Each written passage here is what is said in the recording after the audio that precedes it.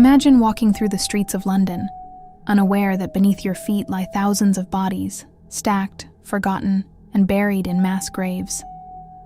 In the summer of 1665, London was in the grip of one of the deadliest outbreaks in its history, the Great Plague.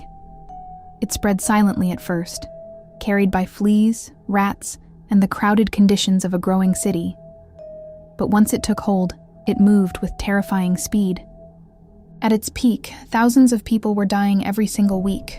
The city quickly ran out of space to bury the dead. Graveyards filled, coffins became scarce, and soon there was only one solution left: mass graves. These became known as plague pits. Deep, wide trenches were dug across London, sometimes in churchyards, sometimes in open fields. Bodies were brought in carts, often under the cover of night. Families weren't always allowed to attend. There were no proper funerals, no time for mourning.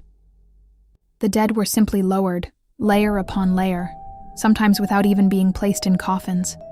In some pits, hundreds of bodies were buried together. In others, thousands.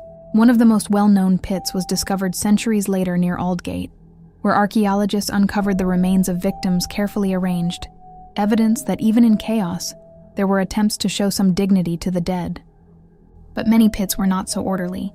Eyewitness accounts described the overwhelming smell, the silence of emptied streets, and the haunting cries of "Bring out your dead" echoing through the city.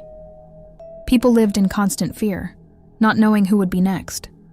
Entire households were locked inside their homes once someone showed symptoms. Red crosses were painted on doors. The words, "Lord, have mercy upon us," were written as a warning to others. And beneath it all, the pits kept growing. Today, many of these burial sites remain hidden beneath modern London, under parks, buildings, and busy streets. Most people walk over them every day, completely unaware of what lies below. Thousands of lives, lost in a matter of months. The plague eventually faded, but the scars it left behind were permanent. And the plague pits remain as silent reminders of a time when death moved faster than fear. And the city had no place left to bury its dead.